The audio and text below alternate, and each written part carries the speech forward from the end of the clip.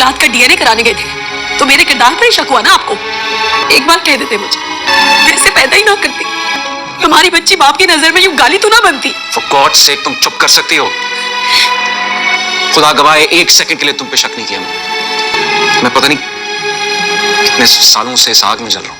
दिलीप जब अपनी अम्मा से मिलने जा रही होती है तो डॉक्टर नुमैर बड़ा ही स्ट्रेटेजिकली कहता है कि नहीं नहीं, तुम तो बच्ची को हर वक्त अपने पास रखती हो तो मेरे पास भी थोड़ी देर छोड़ दो, आफ्टर ऑल मैं भी तो इसका बाप हूँ। तो बड़ी खुश होती है भाई, आज बड़ी डॉक्टर साहब की मोहब्बत जागी अपनी बेटी के लिए। तो वो छोड़कर जब चली जाती है तो फिर उसको याद आता है या पर्स रह गया होगा या कुछ और रह गया होगा। वो वापस आती है तो देखती है कि डॉक्टर साहब जो है ना वो बच्ची को गाड़ी में ले जा रहे हैं कहीं। अब वो सोचती है कि इतनी छोटी बच्ची को ना तो पार्क घुमाने ले जा सकती है, आखिर ये कहाँ लेकर जा रहे हैं। वो ड्राइवर को कहती है कि इसका पीछा करो। जब वो पीछा करता है तो देखती है कि जी डायग्नोस्टिक सेंटर में लेके जा रहे हैं और बात भी वो सुन लेती है। बड़ा ही स्पाई किस्म का एक कैरेक्टर अदा करके वो पीछे पहुंच जाती है अंदर और डॉक्टर साहब को पता नहीं चलता और बात सुन लेती है जी कि वो डीएनए करवाना चाह रहा है अपनी बच्ची का। वो इतनी हैरान और शॉक्ड होती है, उसको समझ आ जाती है कि डॉक्टर साहब जो अजीब किस्म का बिहेव कर रहे थे वो किस लिए कर रहे थे, आखिर वो क्यों परेशान थे, खुश क्यों नहीं हो पा रहे थे। और जिस टाइम वो बच्ची पैदा हुई थी, जब उन्होंने उसको अपने हाथों में एकदम एक्साइटेड होकर लिया था और फिर ऐसे लगा मुझे कि जैसे उनके चेहरे के चिराग ही बुझ गए हों,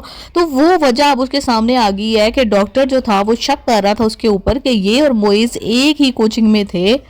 और चूंकि अंदलीब जो है वो मुइज़ को एक बहुत अरसे से पसंद करती थी, उसके लिए उसने खुदकुशी की भी कोशिश की थी। तो अब दोनों जब साथ मिल गए थे तो ये भी हो सकता है कि इन दोनों के जो है केमिस्ट्री दोबारा से मिल गई हो और अंदलीब मेरे से झूठ बोल रही हो। दूसरा ही डॉक्टर शक करने पे इसलिए भी मजबूर हो गया कि मतलब इतना शक तो वो नहीं कर रहा था, वो तो मतलब अगर हम देखें तो अल्लाह ताला से माफ़ी भी मांगता है कि मेरे जहन में ऐसी सोच नहीं आनी चाहिए।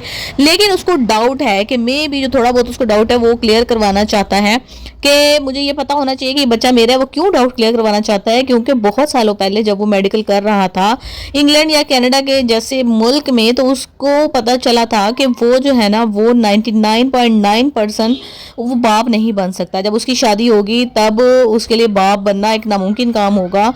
तो मेडिकली जब उसको पता था कि वो बाप नहीं बन सकता, इसलिए वो शादी करना ही नहीं चाहता था। ये तो उसकी माँ की जो थी बहुत ज़्यादा कहने पर उसने सिचुएशन ऐसी होगी कि इससे शादी कर ली।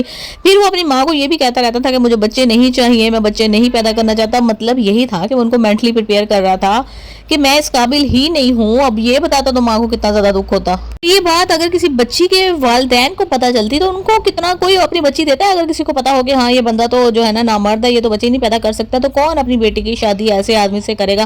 तो जाहिर सी बात है वो माँ को ही प्रिपेयर करता था कि भाई मैं तो शादी करना ही नहीं चाहता, शादी का फ़ायदा क्या है। लेकिन अब जब हो गई, अब बच्चा भी हो गया, वो खुश तो बहुत है अंदर से अगर उसका बच्चा है, लेकिन उसके दिल में ये एक डाउट है, उसको क्लियर करना चाहता है। लेकिन नायाब जब ये अंदलीब जब ये देख लेती है तो उसके दिल में एक बड़ी ही मतलब एक औरत के लिए ये ताना, ये सुनना, ये बहुत ही बड़ी बात है कि उसके बच्चे पे डाउट किया जाए कि उसका बाप नहीं है और कोई उसका बॉयफ्रेंड जो पहले था वो उसका बाप है। इससे बड़ा तमाचा एक औरत के मुंह पे और क्या हो सकता है। तो यही चीज़ जो है ना अंदलीब फील कर रही थी इस टाइम के। आप मुझे अगर वाज़े बता देते कि आपको डाउट है कि मेरे और मोइज़ के ताल्लुकात की वजह से मैं प्रेग्नेंट हुई हूँ, तो मैं इस बच्ची को पैदा ही ना करती, मैं इसको पैदा करने से पहले ही ख़त्म करवा देती। मुझे तो पता ही नहीं चला कि आपके बिहेवियर क्या है और क्या इनका मतलब है क्या नहीं है। और साथ ही घर की बेल बज गई। आजकल की जो काम वाली है ना वो मतलब आवाज़ नहीं निकालना पसंद करती, वो बेलें बजाना पसंद करती हैं कि बेल बजाएं और दें।